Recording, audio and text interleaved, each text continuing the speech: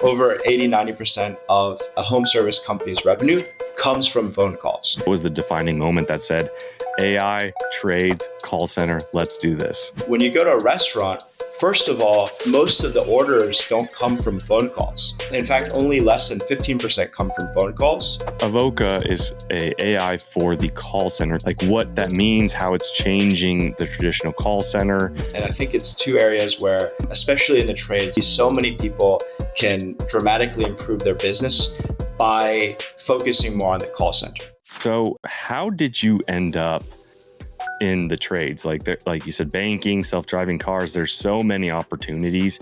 What actually drove you? What was the defining moment that said, AI, trades, call center, let's do this? Great question. So one of the factors was that my co-founder, who actually has family in Michigan in the trades, now they're a bit smaller. They're not, they're not in one of the larger companies. They're a bit more man in the van.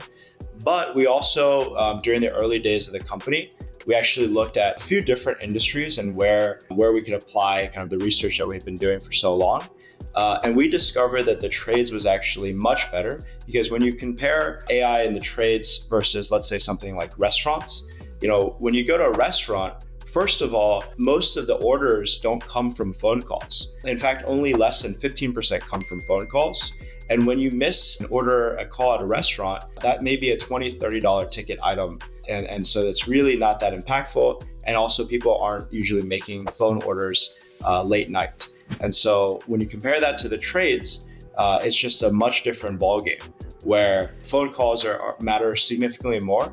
A single missed call can be a $20,000, $30,000 opportunity that was just missed. Over 80-90% of a home service company's revenue comes from phone calls. So we just discovered in the startup world, one of the most important things to do is to always be solving what we call a hair on fire problem.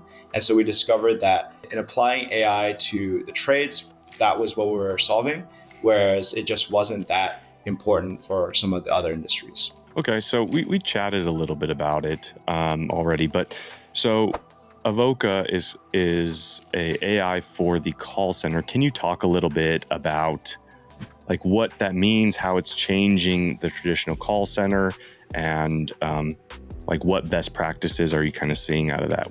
Where's the metrics? What's the numbers that you get to talk about?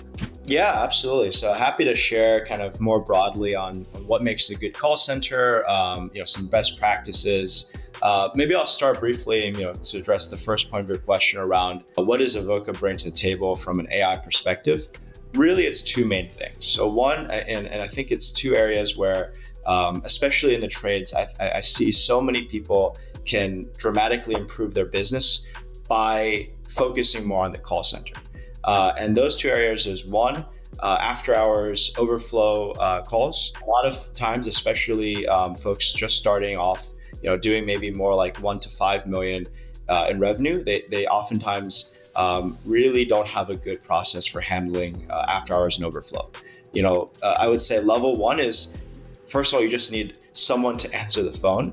When calls go to voicemail, I've talked to so many folks where they're still using voicemail. That call is as good as gone. When it's 2 a.m.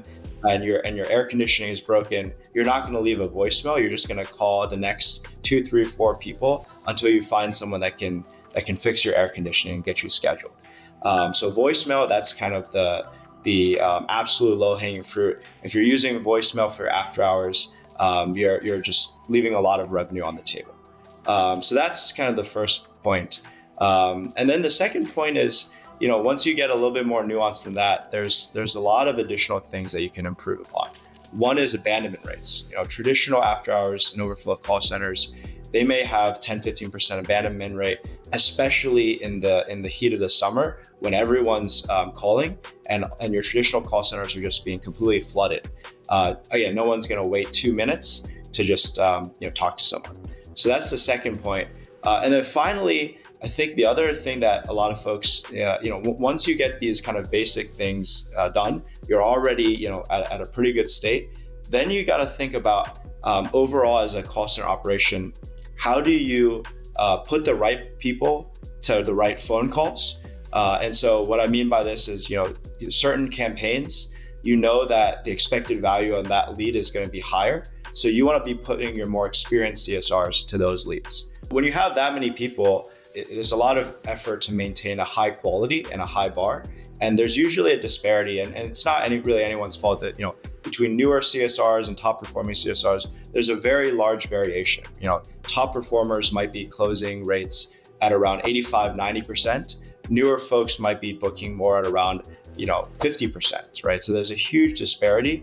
And one of the things that separates the best call centers from mediocre or newer call centers is how do you make sure that everyone is saying the right things, adhering to all the principles on salesmanship and increasing their booking rates. And so that's the kind of final piece around optimizing your call center in kind of all the different aspects.